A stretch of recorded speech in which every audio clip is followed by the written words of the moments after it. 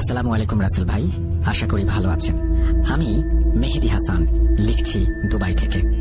আমি 2011 সাল থেকে ভূত এফএম শুনে আসছি। এখন কর্মব্যস্ততার কারণে ভূত.com লাইভ এপিসোড না শুনতে পারলেও সময় পেলে আপনার ইউটিউব চ্যানেল থেকে ঘটনা শুনি। আমার অনেক দিনের ইচ্ছে ছিল একটা ঘটনা পাঠাবো ভূত.com-এ। অনেক আগে একটা ঘটনা পাঠিয়েছিলাম, হয়তো ওই ঘটনাটা গ্রহণযোগ্যতা পায়নি, সেই জন্য সিলেক্টেড হয়নি। আবারও আরেকটা ঘটনা পাঠালাম। ঘটনাটা ভালো লাগলে পড়ে শোনার অনুরোধ রইল। ঘটনা শুরু করার আগে ঘটনাটি কিভাবে কার কাছ থেকে সংগ্রহ করেছি সেটা বলি। আমি দুবাই আল নাহদা, ওইখানে একটা বিলাসবহুল ভবনের নিরাপত্তা কর্মী বা ওয়াচম্যান হিসেবে দায়িত্বরত আছি। এখানে আমার বেশ কিছু দেশি বিদেশি বন্ধু রয়েছে। তার ভেতরে অন্যতম হচ্ছে চুকস। চুকস একজন আফ্রিকান নাগরিক। ওর বাড়ি গাম্বিয়ার একটা উপকূল অঞ্চলে। সঙ্গত কারণে জায়গার নাম আমি বলছি না। চুকস আমার বয়সী 28 বা 29 বছর হবে। ওর দাদু বাগলার একজন নাম করা কবিরাজ। দাদুর বয়স বর্তমানে 90 বছর হবে। উনি যেহেতু একজন কবিরাজ, সেই জন্য ওনার অনেক অভিজ্ঞতা রয়েছে এসব বিষয়ে। গাম্বিয়াতে এক ধরনের নৃত্যের আয়োজন করা হয়, ওটাকে বলে কুম্প নৃত্য বা কুম্প নৃত্য। বিভিন্ন খড়খুঁটা দিয়ে ও তাল গাছের পাতা দিয়ে বানানো বিশেষ এক কুম্প ঘন্টার পর ঘন্টা নৃত্য করে থাকে কোনো মানুষ ছাড়া। এই কাজগুলো ওখানকার কবিরাজরা করে থাকেন কালো জাদুর মাধ্যমে। তাছাড়া গ্রামে পাহারা দেওয়ার জন্য ওখানকার কবিরাজরা কাঠের তৈরি পুতুল বানান, এগুলোকে বলে জামবেটু। এই জামবেটুর ভেতরে পিশাচ বন্দি করে সেগুলো দিয়ে গ্রাম পাহারার কাজ করা হয়ে থাকে। আপনারা জানেন যে পুরো আফ্রিকা মহাদেশ জুড়ে ভয়ঙ্কর ভয়ঙ্কর কালো জাদুর চর্চা করা হয়। এই পাগলার দাদু তার কবিরাজি জীবনে অনেক ভয়ঙ্কর সাধনা করেছেন, অনেক বড় বড় জিনের মোকাবেলা করেছেন। তো আজকে আমি পাগলার দাদুর একটা ভয়ঙ্কর অভিজ্ঞতা এখানে শেয়ার করব, যেটা আমি চুকসের কাছ থেকে শুনেছি। তো চলুন ঘটনা শুরু করা যাক। 1990 সালের কোনো একটা সময় বাগলার ও লালা দাদু গাম্বিয়া থেকে মালি গেছেন তাদের তান্ত্রিক গুরুর সাথে দেখা করতে। লালা দাদু হচ্ছে বাগলার দাদুর একজন ঘনিষ্ঠ বন্ধু। তিনি বাগলার দাদুর মতো একজন কবিরাজ, আর এই তান্ত্রিক গুরু হচ্ছেন ওনাদের গুরু। 1975 সালে মালি থেকে এক তান্ত্রিক এসেছিলেন বাগলার দাদুর এলাকায় একজনের চিকিৎসা করতে। সেই মালি থেকে গাম্বিয়া এত দূর থেকে তাকে আনা হয়েছিল কারণ বিষয়টা অনেক জটিল ছিল, যা অন্যান্য সাধারণ কবিরাজের পক্ষে সমাধান করা সম্ভব ছিল না। ওই তান্ত্রিক মূলত একজন মহিলার উপরে কালো জাদু কাটানোর জন্য এত দূর থেকে এসেছিলেন। তারপর এই গুরুর সাথে বাগলার দাদু ও বাগলার দাদুর বন্ধু লালা, তাদের দুজনের কথা হয়। ওনারা ওই তান্ত্রিক গুরুকে বেশ আপ্যায়ন করেন। তারপর তার কাছ থেকে কঠিন কঠিন জাদুবিদ্যা শেখার আগ্রহ প্রকাশ করলে এক পর্যায়ে মালির সেই তান্ত্রিক গুরু রাজি হন। তারপর থেকে বাগলার দাদু ও লালা দাদু অনেক কিছু শেখেন। বিগত 15 বছরে অনেকবার বাগলার দাদু গেছেন সেই তান্ত্রিক গুরুর সাথে দেখা করতে এবং তার কাছ থেকে অনেক অনেক কঠিন কঠিন জাদুবিদ্যা শিখেছেন, অনেক কঠিন সমস্যার সমাধানও নিয়ে এসেছেন। এবার একটা বিশেষ দরকারে দুই দাদু গেছেন তান্ত্রিক গুরুর সাথে দেখা করতে। এই তান্ত্রিক গুরুর বাড়ি মালির আকাসিয়া অঞ্চলে। এটি সেনেগাল ও মালির বর্ডার অঞ্চলে, তবে গাম্বিয়া থেকে বেশ দূরে। যাই হোক, বাগলার ও লালা দাদু গুরুর বাড়িতে যেয়ে দেখেন তার বাড়িতে অনেক মানুষের ভিড়। একজন নাম করা কবিরাজের বাড়িতে ভিড় থাকবে, এটাই স্বাভাবিক, কিন্তু এর আগে যতবার এসেছেন এত মানুষ কখনো তারা দেখেননি। দাদুরা বাড়ির ভেতরে প্রবেশ করে দেখেন উঠোনে একটা খাটের ওপরে একজন 30-32 বছরের মহিলার লাশ রাখা। এই লাশকে ঘিরে রয়েছে উপস্থিত সব মানুষ। সেখানে ওনাদের সেই তান্ত্রিক গুরু এবং তার কিছু শিষ্য আছে। বাগলার দাদু ও লালা দাদুকে দেখতে পেয়ে তান্ত্রিক গুরু এগিয়ে আসেন, ভালো মন্দ কথা বলে এক জায়গায় বসতে বলেন। তারপর গুরু বলেন, তোমরা বসো, বিশ্রাম করো, আমি এই ঝামেলার কাজ শেষ করে এসে তোমাদের সাথে কথা বলছি। দাদুরা অপেক্ষা করতে করতে এক সময় ঘুমিয়ে যান, কেননা জার্নি করে তারা অনেক ক্লান্ত ছিলেন। কতক্ষণ ঘুমিয়েছিলেন জানেন না। এক সময় গুরুর ডাকে তাদের ঘুম ভাঙে। ঘুম থেকে ওঠার পরে গুরু বলেন, এইবার তোমরা দুইজন একসাথে আসছো, নিশ্চয়ই কোনো বিপদ হয়েছে। তখন দাদুরা বলেন, হ্যাঁ গুরুজি, আমরা অনেক বড় বিপদে পড়েছি। তখন গুরুজি বলে, সব শুনবো, তার আগে আমি একটু ফ্রি হই, আমি নিজেও অনেক বড় বিপদে আছি, আর তোমাদেরকে আমার এখানে 2 দিন থাকতে হবে, কোনো আপত্তি থাকলে বলো। যাই হোক, গুরুর কথা শুনে দাদুরা বলে, কি যে বলেন গুরুজি আপনি, আপনার কাছে থাকতে পারা আমাদের সৌভাগ্যের ব্যাপার। 2 দিন কেন, তার বেশি দিনও থাকতে রাজি আছি, আপনি শুধু বলেন কি করতে হবে আমাদের। তখন গুরু বলেন, চলো খাওয়া দাওয়া করে নেওয়া যাক, তারপর বলছি। খাওয়া দাওয়া শেষ করে গুরুজি বলেন, আমাদের একটা প্রতিবেশীর বাড়ির পেছনে এই লাশটা পাওয়া গেছে, যেটা তোমরা উঠোনে খাটের উপরে দেখেছ। এই লাশ নিয়ে একটু ঝামেলার ভেতরে আছি। আজকে সকালে এই লাশটা আমাদের গ্রামের এক প্রতিবেশীর ঘরের পেছনে পাওয়া যায়। ওই প্রতিবেশীর ঘরটা হচ্ছে একটা পরিত্যক্ত নির্জন জায়গার পাশে। আমি ওই প্রতিবেশীর একটা ছদ্মনাম ব্যবহার করছি, ধরেন তার নাম এরিক। এখন এরিকদের ঘরের পেছনে একটা লাশ পাওয়া গেছে। এই ঘটনা আশেপাশের লোকজন জানতে পারে। তখন সবাই এরিকের বাড়িতে ভিড় জমায়। কে এই মেয়ে, এই লাশ এখানে এলো কিভাবে, এরকম প্রশ্ন আসতে থাকে চারপাশ থেকে। কিন্তু এরিক ও তার পরিবার বারবার বলছে তারা কিছু জানে না, এটা একটা ষড়যন্ত্র। মজার বিষয় হচ্ছে এটা কার লাশ সেটা কেউ জানে না। এই মহিলাকে কেউ আগে কখনো দেখেছে বলেও মনে করতে পারে না। এক পর্যায়ে এলাকাবাসী ও এরিকদের ভেতরে কথা কাটাকাটি শুরু হয়। তারপর শুরু হয় মারামারি। সবাই এরিককে সন্দেহ করে। কিছু যুবক এরিককে মারতে থাকে। খবর পেয়ে আমিও ছুটে গেলাম এরিকদের বাড়িতে। যে দেখি বেচারা বেধড়ক মার খাচ্ছে। আমি যেয়ে সেখানে বাধা দেই, জানতে চাই কি হয়েছে। সবকিছু শোনার পরে আমি ওই মহিলার লাশের কাছে যেয়ে খুব আতঙ্কিত হই। আমি দেখি মেয়েটার চোখের মণি দুটো দিয়ে রক্ত বের হচ্ছে আর গলায় আঙুলের চিহ্ন। তখন আমি উপস্থিত মহিলাদের উদ্দেশ্যে বলি, আচ্ছা তোমরা দেখো তো তার শরীরে কোনো আঘাতের চিহ্ন আছে কিনা। তখন এক মহিলা লাশটাকে ভালো করে দেখে। এক সময় সে বলে, গুরুজি, এই মেয়েকে খুব নির্মমভাবে শ্বাসরোধ করে হত্যা করা হয়েছে। সে সহ্য করতে পারেনি, তাই চোখ নাক মুখ দিয়ে রক্ত বেরিয়ে আসছে। মেয়েটার স্বাস্থ্য ভালো ছিল। তখন আমি বলি, তোমরা একটু পানি ঢেলে পরিষ্কার করো, তারপর আমি দেখছি কি করা যায়। তারপর আমি গ্রামের মুরব্বীদের সাথে কথা বলি। আমি বলি যে এই হত্যার সাথে এরিকের কোনো সম্পর্ক নেই, তোমরা ওকে ছেড়ে দাও। ওই মেয়ের হত্যা আমার কাছে কেমন যেন সন্দেহজনক লাগছে। আমাদের সামনে বিপদ হতে চলেছে, অশুভ কিছুর লক্ষণ পাচ্ছি। তাছাড়া ভাগ্য ভালো পুলিশ এখনো বিষয়টি জানেনি, জানলে কেউ পার পাবে না। আমার কথায় প্রথম থেকে সবাই একটু বিব্রত বোধ করলেও একসময় ওরা বিশ্বাস করে। যাই হোক, তারপর গ্রামবাসী জানতে চায় এই হত্যার কারণ কি হতে পারে। আমি বলি, এটা এখন বলা যাচ্ছে না, তবে আমি আজকে রাতে আমার জাদুবিদ্যা প্রয়োগ করে জানার চেষ্টা করব আসলে কি ঘটনা ঘটেছিল। তোমরা যদি আমাকে বিশ্বাস করো তবে এই লাশটা আমার বাড়িতে পৌঁছে দাও। তখন সবাই বলে, গুরুজি, আমরা আপনাকে অবশ্যই বিশ্বাস করি, আর আমাদের বিশ্বাস আপনি পারবেন। তারপর ওরা ধরাধরি করে লাশটা আমার বাড়িতে নিয়ে আসে। এই হচ্ছে আপাতত ঘটনা। এখন আমার তোমাদের থেকে একটা সাহায্য লাগবে। বাগলার দাদু জিজ্ঞাসা করেন, কি সাহায্য গুরুজি? তখন গুরুজি বলেন, আজকে রাতে তোমাদের দুজনকে নিয়ে আমি একটা রিচুয়াল করতে চাই এই লাশের উপরে। এই রিচুয়ালের মাধ্যমে আমরা জানতে পারবো এই মহিলার পরিচয়, তাকে কে বা কারা হত্যা করেছে, কি উদ্দেশ্য। তখন লালা দাদু আর বাগলা দাদু বলে, এটা তো আত্মা ফেরানো জাদু। গুরুজি বলেন, হ্যাঁ, তোমরা ঠিকই বলেছ। এই জাদুর মাধ্যমে মৃত মানুষের ভেতরে আত্মা ফেরানো যায়, কিন্তু সেটা কিছু সময়ের জন্য। গুরুজি বলছেন, এটা আমি আমার ওস্তাদের কাছ থেকে শিখেছিলাম। আজ রাতে তোমাদের দুজনকে নিয়ে এই জাদু প্রয়োগ করব। এখন তোমরা বিশ্রাম করো, আমি যা যা প্রয়োজন সেগুলো ব্যবস্থা করে আসি। গুরুজি চলে যাওয়ার পরে লালা দাদু বলেন, বাগলার, আমাদের কি সৌভাগ্য। আফ্রিকার ইতিহাসের সবচেয়ে ভয়ানক ও কঠিন জাদু আজকে আমরা শিখব এবং দেখব। বাগলা দাদু বলেন, হ্যাঁ বন্ধু, আজকে আমাদের নতুন অভিজ্ঞতা হতে যাচ্ছে। দুজনে খুব উৎফুল্ল ছিল। অবশেষে বিকেল পেরিয়ে সন্ধ্যা হয়, সন্ধ্যা পেরিয়ে রাত। গুরুজি বলে, এই লাশটাকে আমার ছোট ঘরে, অর্থাৎ যে ঘরে বসে গুরুজি কবিরাজি করেন, সেই ঘরে নেওয়া হোক। বলে রাখা ভালো, আফ্রিকা মহাদেশে যারা এসব কবিরাজি বিদ্যা চর্চা করেন তাদের সবার আলাদা একটা ঘর থাকে। ঘরটা অনেকটা কুড়ে ঘরের মতো করে বানানো হয়। যাই হোক, গুরুজির কথা মতো বাড়ির সব সদস্য মিলে লাশটাকে ধরাধরি করে গুরুজির ছোট ঘরে নেওয়া হয়। তখন গুরুজি কিছু জিনিস নিয়ে সেই ঘরে প্রবেশ করেন। তার ভেতরে ছিল সরু দুটো কাঠ, রশি, কিছু ছোট বাটির মতো মাটির পাত্র, একটা বড় মাটির পাত্র, কিছু ছাগলের চর্বি যেগুলো রোদে শুকিয়ে মমের মতো করা হয়েছিল, একটা লাল কাপড় আর আগুন জ্বালানোর জন্য ছোট ছোট কাঠের টুকরো। গুরুজি প্রথমে লম্বা কাঠ দুটোকে লাশের দুই পাশে রাখেন। তারপর ডান হাত ও ডান পা একটা কাঠের সাথে বেশ শক্ত করে বেঁধে দেন। বাকি কাঠের সাথে বাম পা ও বাম হাত একইভাবে বেঁধে ফেলেন। এরপর মাটির বাটিগুলোতে একটু তেল ও ছাগলের চর্বি ঢেলে দিয়ে কাপড় মোড়ানো রশির মতো বানানো, অর্থাৎ আলো জ্বালানোর জন্য যে ফিতা বানানো হয় সেরকম করে লাশের চারপাশে গোল করে একটু জায়গা রেখে গন্ডির মতো করে রাখলেন। একটা গ্যাপ রাখলেন যাতে তিনজনের বসতে অসুবিধা না হয়। এরপরে বড় বাটিতে যেটা ছিল একটা গামলা বা বোলের আকারের, সেই পাত্রে কাঠের টুকরো সাজিয়ে তেল ঢেলে দিলেন। তারপর আস্তে আস্তে সবগুলো বাটি ও ওই পাত্রে আগুন জ্বালিয়ে দিলেন। পুরো ঘর তখন ধোঁয়ায় পরিণত হলো এবং সেই সাথে চর্বি পোড়া গন্ধ। অতিরিক্ত ধোঁয়ার কারণে কেউ ঘরে থাকতে পারলেন না। তখন গুরুজি বললেন, কিছুক্ষণের জন্য ঘর থেকে বের হতে হবে, একটু পরে ধোঁয়া কমে গেলে সাধনা শুরু করব। ওনারা তিনজন ঘর থেকে বের হয়ে ধোঁয়া কমার অপেক্ষা করতে লাগলেন। এর ভেতরে গুরুজি বাগলার দাদু ও লাল দাদুকে মন্ত্র শিখিয়ে দিলেন। কিছুক্ষণ পরে ধোঁয়া কমে গেলে আবার সেই ঘরে তারা প্রবেশ করলেন। এবার গুরুজি লাশের পশ্চিম পাশে বসে পড়লেন, পূর্ব দিকে মুখ করে। লাশ আর গুরুজির মাঝখানে ফাঁকা জায়গায় আগুনের বড় পাত্রটা রাখলেন গুরুজি।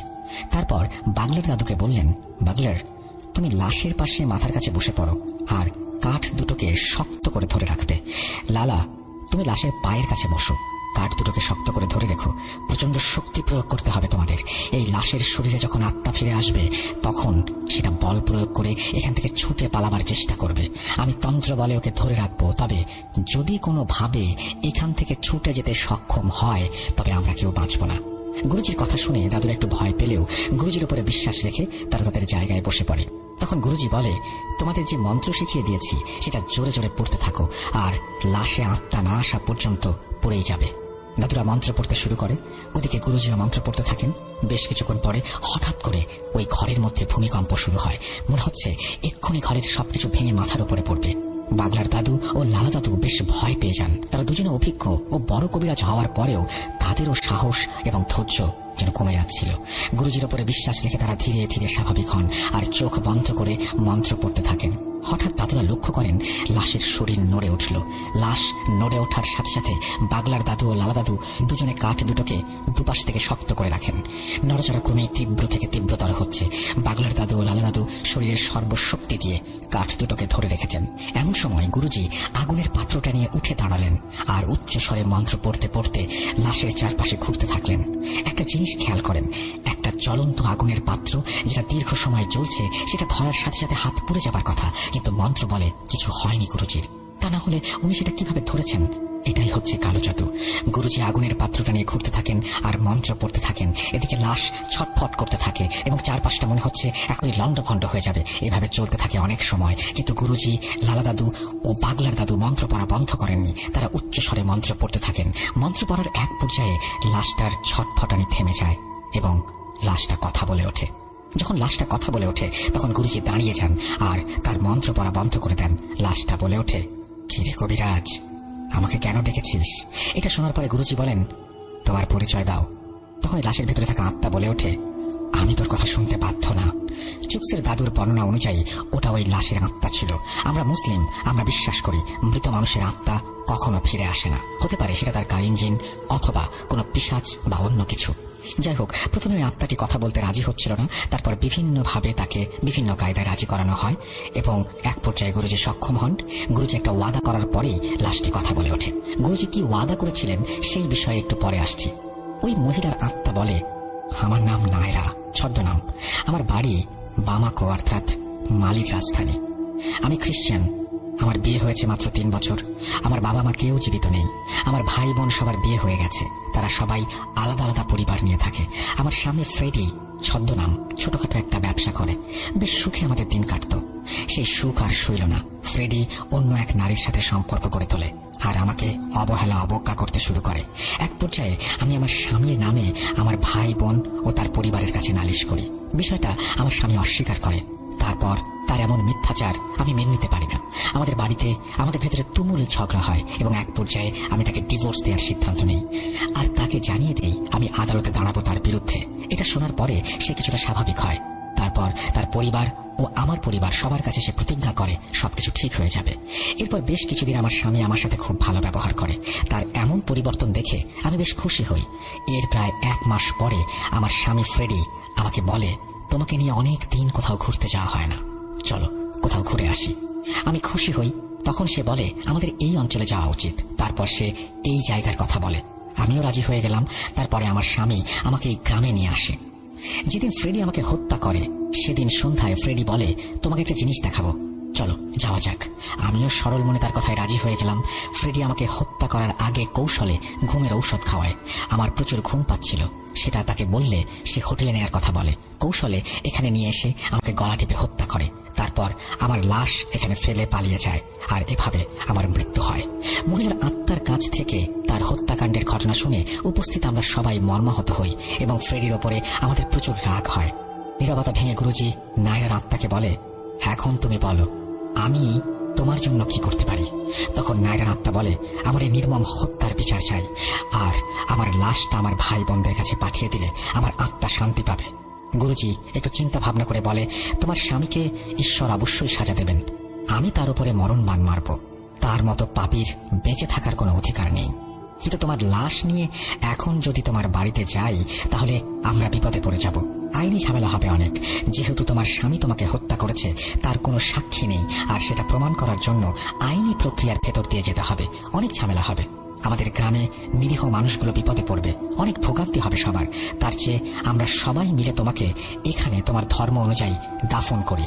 আমি তোমাকে কথা দিচ্ছি, ফ্রেডির ওপরে আমি ভয়ঙ্কর কালো জাদু করব, ওকে ভয়ানক মৃত্যু দেব। নায়রার আত্মা প্রথমে রাজি না হলেও অনেক বোঝানোর পরে অবশেষে রাজি হয়। তখন গুরুজি ফ্রেডির ও নায়রার নাম, ঠিকানা, বাবা মায়ের নাম সবকিছু নায়রার আত্মার কাছ থেকে জেনে নেয়। এরপরে গুরুজি নায়রার আত্মাকে নায়রার শরীর থেকে মুক্ত করে দেন। পরের দিন গুরুজি গ্রামের কিছু মুরব্বীকে ডেকে সবকিছু খুলে বললেন। সবাই সবকিছু শুনে বলে, গুরুজি আপনি যেটা ভালো মনে করেন সেটা করেন, আমাদের সবার মতামত আছে। তারপর নায়রাকে স্থানীয় একটি খ্রিস্টান কবরে দাফন করা হয়। দাফন শেষে বাগলার দাদু ও লালা দাদুকে উদ্দেশ্য করে গুরুজি বলেন, চলো ফ্রেডির ব্যবস্থা করা যাক। বাগলার দাদু জিজ্ঞাসা করে, গুরুজি আপনি কি করতে চান, মানে কোন ধরনের কালো জাদু করতে চান ফ্রেডির ওপরে? তখন গুরুজি বলে, আমি ওর ওপরে এমন কালো জাদু করবো ও শুধু মৃত্যু কামনা করবে, কিন্তু কমপক্ষে 20 দিনের আগে ওর মৃত্যু হবে না। বাগলার দাদু আবার জিজ্ঞাসা করে, এটা কি জাদু? তখন গুরুজি বলেন, আমি ওর উপরে এমন মরণ বান মারবো যাতে ওর প্রচন্ড মাথা ব্যথা হবে, সেই সাথে চোখও ব্যথা হবে। মাথা ব্যথা, চোখ ব্যথায় ও কিছু খেতে পারবে না, ঘুমোতে পারবে না, দুনিয়ার কোনো ডাক্তার কবিরাজ ওকে ভালো করতে পারবে না। আমি সেই ব্যবস্থা করব। এভাবে ছটফট করতে করতে একদিন ও মারা যাবে, এটা হবে ওর শাস্তি। তারপর গুরুজি ফ্রেডির ওপরে বান মারেন। বান কিভাবে মারা হয়েছে সেটা চোখ জানতে পারেনি, আর এই ঘটনার মূল বিষয়ও সেটি নয়। এখন ঘটনার মূল পার্ট শুরু করব। এটা বর্ণনা করার আগে একটু বলে রাখি, এমন ঘটনা আমি অন্তত কখনো শুনিনি। এটা আমার জীবনের সম্পূর্ণ ভিন্ন একটা অভিজ্ঞতা, যেমনটা আমি শুনেছি বা জেনেছি। যাই হোক, সব ঝামেলা শেষ করে গুরুজি বাগলার দাদু ও লালা দাদুর উদ্দেশ্যে বলে, তোমরা তো দেখলে কত বড় বিপদের ভেতরে ছিলাম, আর সেই জন্য তোমাদের কাছ থেকে ভালো করে জানতে পারছিলাম না তোমাদের আসার উদ্দেশ্য কি। এখন বলো কি সমস্যা? তখন বাগলার দাদু বলেন, গুরুজি আমাদের গ্রাম পাহারা দেওয়ার জন্য আমরা যে জানবেটু ব্যবহার করি, বেশ কিছুদিন ধরে সেই জানবেটুগুলো খুঁজে পাচ্ছি না। ওই জানবেটুর ভেতরে থাকা জিনগুলোকে অনেক ডেকেও হাজির করতে পারছি না। আমি আর লালা অনেক চেষ্টা করেছি জানবেটুর পাহারার জিনগুলোকে হাজির করতে, কিন্তু ব্যর্থ হয়েছি। আর আমাদের যে সকল বার্তাবাহক বা মুখবির জিন আছে, ওদের কাছে জিজ্ঞাসা করেছি জানবেটুর সম্পর্কে, কিন্তু ওরা কোনো খবর দিতে পারেনি। ওরা শুধু এতটুকু বলেছে এই অঞ্চলে শয়তানের ছায়া দেখতে পাচ্ছি, এর বেশি কিছু আর বলতে পারেনি। আপনি নিশ্চয়ই জানেন জানবেটু আসলে কি।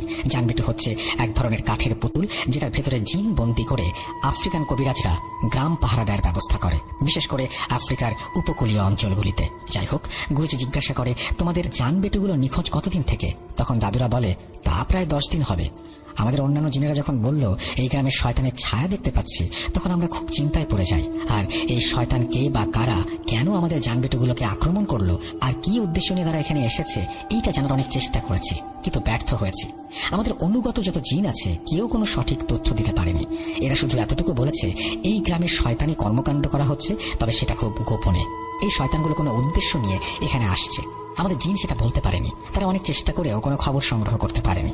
জানবেটুগুলো যেহেতু সবসময় এলাকা পাহারা দেওয়ার কাজ করে, তাই ওরা সর্বপ্রথম ওই জানবেটুর ভেতরে থাকা জিনগুলোকে হত্যা করেছে অথবা বন্দী করে নিয়ে গেছে। এর ভেতরে দুটো ঘটনা ঘটে গেছে, যে ঘটনা দুটো নিয়ে পুরো গ্রামের মানুষ আতঙ্কিত। গুরুজি জিজ্ঞেস করলেন, কি সেই ঘটনা?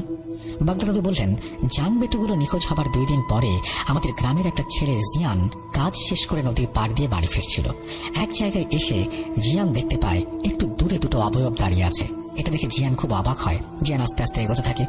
একটু কাছে আসার পরে জিয়ান বুঝতে পারে ওই অবয়ব দুটো আসলে দুটো মানুষ। তারা কালো কাপড় পরা আর নদীর ভেতরে ঠিক হাঁটু পানিতে দাঁড়িয়ে আছে। আবছা আলোয় জিয়ান লক্ষ্য করে লোক দুটোর হাত দুটোয় দুটো পাত্র দেখা যাচ্ছে। তারা পাত্র দুটো ধরে ওখানে দাঁড়িয়ে আছে। জিয়ান মনে মনে ভাবে, এই লোক দুটো কে, আর তারা এই হাঁটু পানির মধ্যে দাঁড়িয়ে কি করছে? চোর না তো আবার? জিয়ান বুদ্ধি করে নদীর পাড়ে থাকা একটা গাছের আড়ালে লুকিয়ে পড়ে আর উঁকি মেরে দেখতে থাকে আসল ঘটনা কি ঘটেছে। জিয়ান দেখে লোক দুটো অজানা ভাষায় কিছু পড়লো, তারপর পাত্রের ভেতরে থাকা তরল কোনো একটা জিনিস নদীর পানিতে ঢেলে দিল। জিয়ান বুঝতে পারে এরা কোনো সাধারণ মানুষ না, এরা নিশ্চয়ই কোনো কবিরাজ বা তান্ত্রিক। জিয়ান লক্ষ্য করে ওই তরল জাতীয় জিনিস যখনই পানিতে ঢেলেছে, তখনই ওই জায়গার পানি পাক খেতে শুরু করেছে। তখন ওই কবিরাজ দুটো নদী থেকে কিনারায় উঠে ওই গাছের দিকে আসতে থাকে, যেই গাছের পেছনে জিয়ান লুকিয়েছিল। লোক দুটোকে তার দিকে আসতে দেখে জিয়ান প্রচন্ড ভয় পায়। তখন সে মনে মনে আল্লাহকে ডাকতে শুরু করে। জিয়ান মুসলিম ছিল, সে তার জানা যত দোয়া আছে সব পড়তে থাকে আর মনে মনে আল্লাহকে বলে, হে আল্লাহ, আমার উপরে রহমত করো, লোক দুটোর হাত থেকে আমাকে রক্ষা করো। এক সময় লোক দুটো জিয়ানের অনেকটা কাছে এসে নদীর দিকে মুখ করে দাঁড়িয়ে থাকে। ওদিকে জিয়ান খেয়াল করে নদীর ভেতরে পাক ক্রমেই বেড়ে চলেছে, আর সেই পাকের ভেতর থেকে উঠে আসে বিশাল একটা কচ্ছপ। এত বড় কচ্ছপ জিয়ান আগে কখনো দেখেনি। আকারে সেটা একটা মানুষের থেকে দ্বিগুণ হবে, আর উচ্চতায় মানুষের সমান। দানবীয় এমন একটা কচ্ছপ দেখে জিয়ান প্রচন্ড ভয় পায়। ওর ইচ্ছে করে একটা চিৎকার দিয়ে এখান থেকে পালিয়ে যেতে, কিন্তু গাছের আড়াল থেকে বেরিয়ে আসার সাথে সাথে সে ধরা পড়ে যাবে সেই ভয়ে আর সেখান থেকে বের হতে পারে না। জিয়ান দেখে কচ্ছপটা ধীরে ধীরে ওই লোক দুটোর কাছে আসছে। কচ্ছপটা ওই লোক দুটোর সামনে এসে থেমে যায়। তারপর জিয়ান যেটা দেখে সেটা দেখার জন্য সে মোটেও প্রস্তুত ছিল না। সে দেখে কচ্ছপটার মাথা বেরিয়ে আসলো, কিন্তু সেটা কোনো কচ্ছপের মাথা না, সেটা একটা মানুষের মাথা। এই মাথাটা অনেক ভয়ঙ্কর এবং বিভৎস। যেটুকু আবছা আলোয় দেখা যায় সেই আলোয় জিয়ান দেখে ওর মাথায় চুলগুলো জট বাঁধা, মুখের মাংসগুলো পচন ধরা, আর দুই মুখে কাটা কাটা চিহ্ন। মনে হচ্ছে চিহ্নগুলো কেউ ধারালো ছুরি দিয়ে কেটে ফেলেছে। কাটা জায়গায় মাংস বেরিয়ে আসছে, চোখগুলো গোল গোল, চোখের কোটর জোরে গোল কালো দাগ। এমন ভয়ঙ্কর জিনিস দেখে জিয়ানের দম বন্ধ হয়ে যাওয়ার উপক্রম। তার শরীর রীতিমতো কাঁপতে শুরু করে। জিয়ান চিৎকার দিতেও পারে না। জিয়ান তার হাত দিয়ে নিজের মুখ চেপে ধরে। এমন সময় ওই কচ্ছপরূপী জিনটা মানুষের মতো কথা বলে ওঠে। এটা দেখা ও শোনার পর জিয়ান আর নিজেকে ধরে রাখতে পারে না, সে সেখানে অজ্ঞান হয়ে যায়। পরের দিন সকালে গ্রামের কিছু মানুষ জিয়ানকে অজ্ঞান অবস্থায় ওই গাছের নিচে পায়। আমি আর লালা খবর পেয়ে ছুটে যাই জিয়ানকে দেখতে। গিয়ে দেখি মসজিদের ইমাম সাহেব জিয়ানকে ঝাড়ফুঁক করছে। ইমাম সাহেবের চেষ্টায় জিয়ান সুস্থ হয়ে ওঠে। আমি আর লালা ইমাম সাহেবকে জিজ্ঞাসা করি, হুজুর কি হয়েছে, আপনি কি বুঝলেন? ইমাম সাহেব বলেন, অশুভ কর্মকাণ্ডের ইঙ্গিত পাচ্ছি। যাই হোক, জিয়ান একটু সুস্থ হলে সে পুরো ঘটনা খুলে বলে। তখন আমরা বুঝতে পারি আসলে ঘটনা কি ঘটেছে। ইমাম সাহেব বলেন, জিয়ান, খোদা তোমার সাথে ছিল বলে ওই শয়তানের নজর থেকে তুমি বেঁচে গেছো। তুমি দোয়া দরুদ পড়েছিলে বলে ওই শয়তানগুলো তোমাকে দেখতে পায়নি। ওরা যদি তোমাকে দেখতে পারতো তবে তোমাকে ওখানে মেরে ফেলতো। আমরা জিয়ানকে জিজ্ঞেস করি, আচ্ছা জিয়ান, তুমি কি ওই লোক দুটোকে চিনতে পেরেছো? জিয়ান বলে, তাদেরকে চিনি না। যাই হোক, তারপর আমি, লালা, ইমাম সাহেব যার যার জায়গা থেকে চেষ্টা করি সেদিন রাতে কি ঘটেছে সেটা জানার, কিন্তু ব্যর্থ হই। এই ঘটনার 2 দিন পরে লালাদের এক প্রতিবেশীর কন্যা সন্তান নিখোঁজ হয়। বাচ্চার বয়স ছিল 3 মাস। বাড়ির ভেতর থেকে বাচ্চা নিখোঁজ হওয়ার বিষয়টা আমাদের সবাইকে নাড়া দিয়েছে। আমরা সবাই বুঝতে পারছি খুব ভয়ানক কিছুর আবির্ভাব হয়েছে আমাদের এলাকায়। এই রহস্য উদ্ঘাটন ও তার সমাধান করার মতো ক্ষমতা আমাদের এখনো হয়নি। এই জন্য গুরুজি আমাদের এত দূর থেকে আপনার কাছে আসা। কিছু একটা করুন। সবকিছু শুনে গুরুজি বলেন, আচ্ছা আমি দেখছি কি করা যায়। আজ গভীর রাতে আমি আমার শক্তিশালী এক জাদুকরী মুখবির জিনকে পাঠাবো তোমাদের এলাকায় তথ্য সংগ্রহ করার জন্য। তখন বাগলার দাদু বলে, গুরুজি আমাদের সকল মুখবির জিন ফেল করেছে, আপনার জিন কি পারবে?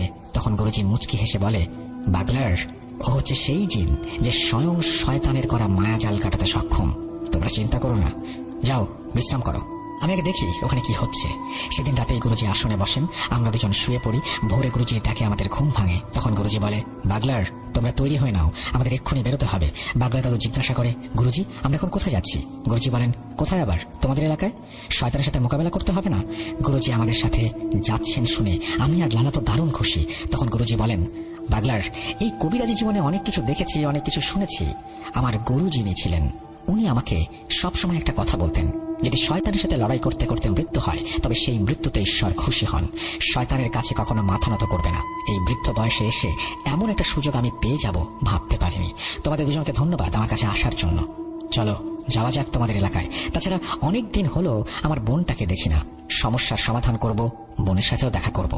মালির গুরুজির একজন বোনের বিয়ে হয়েছে গাম্বিয়াতে, অর্থাৎ 1975 সালে এই গ্রামে এসে, অর্থাৎ বোনের বাড়িতে এসে। তখন বাগলা দাদু ও লালা দাদু জিজ্ঞাসা করে, গুরুজি আমাদের এলাকায় কি হচ্ছে সেটা তো বলবেন। গুরুজি বলে, সব যাত্রাপথে বলবো, দেরি করো না, তৈরি হয়ে নাও এক্ষুনি। তারপর ওনারা 3 জন মালি থেকে চুক্সদের এলাকা গাম্বিয়ার দিকে রওনা দেন। যাত্রাপথে গুরুজি সবকিছু খুলে বলেন 2 দাদুকে। গুরুজি বলেন, তোমরা ঘুমানোর পরে আমার সবচেয়ে শক্তিশালী মুখবির জিনকে তোমাদের এলাকায় পাঠাই। সে সেখানে যায়। কিছুক্ষণ পরে সে ফিরে এসে আমাকে যে তথ্য দেয় সেটা শোনার পরে আমার পিলে চমকে যায়। আমার মুখবির জিন আমাকে বলেছে, গুরুজি আমি গ্রামের সব জায়গায় খুঁজে কিছু না পেয়ে যখন নদীর পাড়ে যাই তখন আমি 3টা শয়তানের অনুসারী জিনকে দেখতে পাই। ওরা আমাকে দেখার সাথে সাথে আমাকে বিদ্যুতের গতিতে আক্রমণ করে বসে। শয়তানের অনুসারীর একটা বড় অংশ হচ্ছে ইফরিত সম্প্রদায়ের জিন। তারা অনেক শক্তিশালী ও দ্রুতগামী হয়। আমরা ধরে নিলাম ওগুলো ইফরিত জিন ছিল, কিন্তু আমি তাদেরকে প্রতিহত করতে সক্ষম হই। তারপর ওরা পালিয়ে যায়। যাবার সময় আমাকে বলে, আমাদের শয়তানের খোদা ও তার মেয়ে, আমাদের মা তোদের দেখে নেবে। আমি বলি, কে তোদের শয়তানের খোদা? তার মেয়ে? তখন ওরা বলে, আমাদের শয়তানের খোদা আর কেউ নয়, স্বয়ং শয়তান ইবলিশ আর তার মেয়ে নাজালি।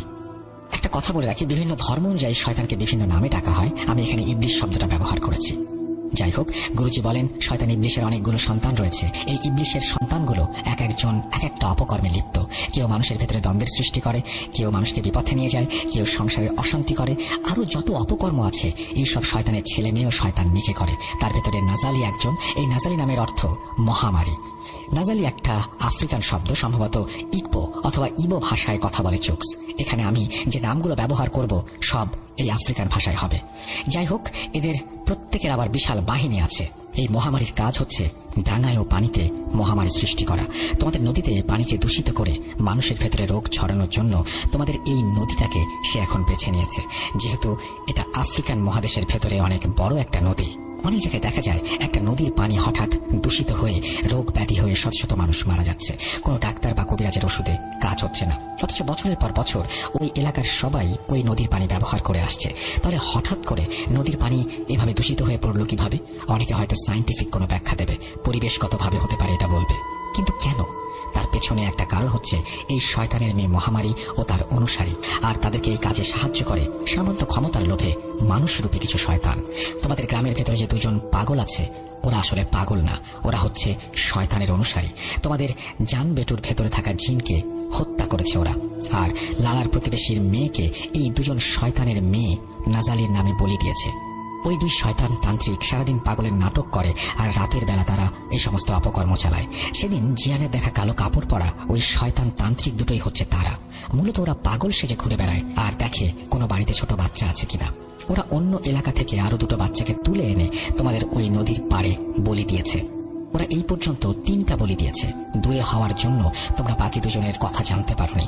এভাবে যখন 13টা বাচ্চার বলি দিতে সক্ষম হবে তখন ওরা অনেক শক্তিশালী হবে। আজ এই নদীর পানি দূষিত হয়ে মহামারী শুরু হবে। এতে এই গ্রাম সহ এই দীর্ঘ নদীর পানি যারা ব্যবহার করে সবার ভেতরে রোগ ছড়াবে আর হাজার হাজার মানুষ মারা যাবে। সেদিন জিয়ানের দেখা সেই কচ্ছপরূপী শয়তানটা হচ্ছে বিমরু। এই বিমরু হচ্ছে নাজলির খুব কাছের একটা শক্তিশালী শয়তান জিন। নাজলি বিমরুকে নদী দূষণের দায়িত্ব দিয়েছে আর নাজলির গোলাম এই বিমরু এই কাজ করে। এদিকে ক্ষমতার লোভে বিমরুর হয়ে এই দুজন তান্ত্রিক শয়তানি কর্মকাণ্ডে সাহায্য করছে। সেদিন রাতে ওদের হাতে থাকা দুটো পাত্রের ভেতরে ছিল দুটো বাচ্চার তাজা রক্ত। প্রথমে বাচ্চা দুটোকে বলি দিয়ে তার রক্ত এই পাত্রে ধারণ করা হয়েছে। তারপর তাদের সব শয়তানি কর্মকাণ্ড শেষে পাত্র ভর্তি তাজা রক্ত শয়তানের মেয়ে নাজালির জন্য উৎসর্গ করা হয়েছে।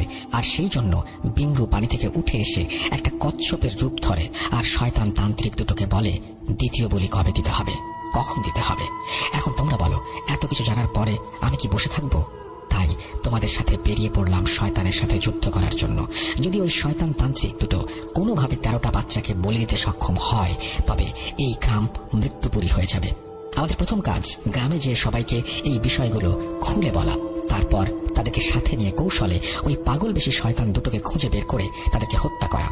দ্বিতীয় কাজ হচ্ছে নদীর ভেতরে থাকা ভালো জিনদের এই বিষয়গুলো জানানো ও তাদেরকে সতর্ক করা, তারা যেন এই শয়তানের সাথে যুদ্ধে অংশগ্রহণ করে এবং সেই জন্য তাদেরকে অনুরোধ করা। তৃতীয় কাজ হচ্ছে ওই নদীতে থাকা শয়তানের মেয়ে গোলাম বিমরু ও তার পুরো পরিবারকে হত্যা করা।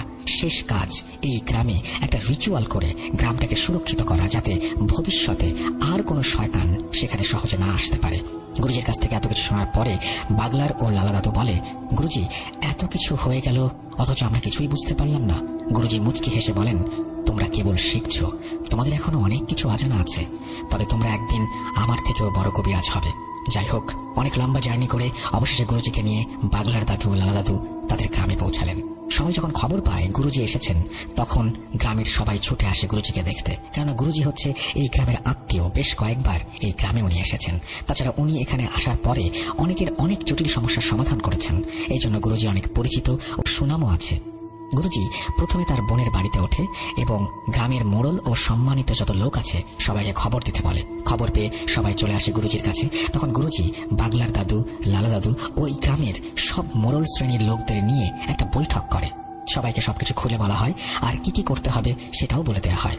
বৈঠক শেষে গ্রামের কিছু যুবক ছেলেদের নিয়ে দুটো দল গঠন করা হয়, আর এই দুটো দলকে দায়িত্ব দেওয়া হয় যেখান থেকে যেভাবেই হোক পাগল দুটোকে ধরে নিয়ে আসতে হবে জীবিত। কাজটা খুব সাবধানে করতে হবে, কেউ যেন সেদিকে খেয়াল রাখতে না পারে। তারপর তাদের একটা নির্জন জায়গার কথা বলা হয় যেখানে ওদেরকে ধরে নিয়ে আসতে হবে। মুরব্বীর কথা মতো দল দুটি বেরিয়ে পড়ে, আর কিছুক্ষণ পরে তারা সেই দুই পাগলকে ধরে গ্রামের সেই ফাঁকা জায়গায় নিয়ে আসে। তারপর তাদের কাছ থেকে কিছু জিনিসপত্র পাওয়া যায়। এই জিনিসগুলো মূলত তন্ত্র সাধনার সময় কাজে লাগে। তবে তাদের কাছে একটা বই পাওয়া যায়। উপস্থিত সবাই বইটা দেখে ধরে নেন এটা একটা জাদুবিদ্যার বই, কারণ বইয়ের ভেতরে অদ্ভুত সব শয়তানি ছবি আর ভিন্ন ভাষায় লেখা বইটি। ওরা কোনো কথা বলে না। গুরুজি যখন এই বইটি হাতে নিয়েছেন, এক নজর দেখেই সেটা তিনি ছুঁড়ে ফেলে দেন। গুরুজি বলেন, আমার হাত অপবিত্র হয়ে গেল। এটা কিসের বই তোমরা জানো? উপস্থিত সবাই বলে, না। তখন গুরুজি বলে, এটা হচ্ছে কোডেক্স গিগাস, অর্থাৎ শয়তানের বাইবেল। আরে এরা তো মানুষ নয়, এরা শয়তানের ধর্ম গ্রহণ করেছে। ওরা যে কত নিষ্পাপ বাচ্চাকে শয়তানের নামে বলি দিয়েছে সেটা সৃষ্টিকর্তা ভালো জানেন।